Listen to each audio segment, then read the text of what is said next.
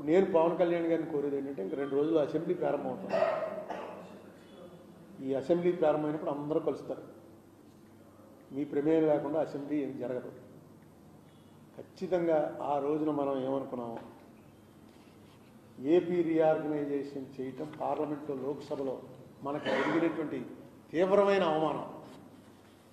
ఎందుకంటే మీరందరూ ఎంత ఉద్యమం చేశారో మీకు తెలుసు, మీరే సాక్షులు. అన్ని పేపర్లు, అన్ని టీవీ ఛానల్స్, అన్ని కాలేజీలు, అన్ని స్కూళ్ళు, ఎన్జిఓలు, లాయర్లు, మేము పొలిటీషియన్స్ మాకైతే రోజు మాకు చేత్కారాలు, బూతులు తిట్టించుకోవడాలు. ఇంత జరిగిన తర్వాత అయిపోయింది, ఒక్క నిమిషంలో తలుపు మూసి అయిపోయింది పండంటే మళ్ళీ నోరెత్తేవాళ్ళు లేకుండా పోయిందంటే ఇంక స్టేట్కి ఎవడన్నా ఎందుకు చేస్తాడు?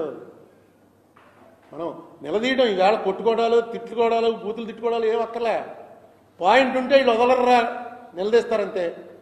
ఎంతకాలం అయినా సరే దీన్ని వదలరు అనేటువంటిది ఒక వెళ్ళాలి. ఒక ఆంధ్రాలో కూడా మగవాడు ఉన్నాడు రా, ఇదిగో వచ్చాడు పవన్ కళ్యాణ్. జగన్మోహన్ రెడ్డి టైంలో అవ్వలేదు, చంద్రబాబు నాయుడు గారి టైంలో అవ్వలేదు. పవన్ కళ్యాణ్ వచ్చేటప్పటికి దీని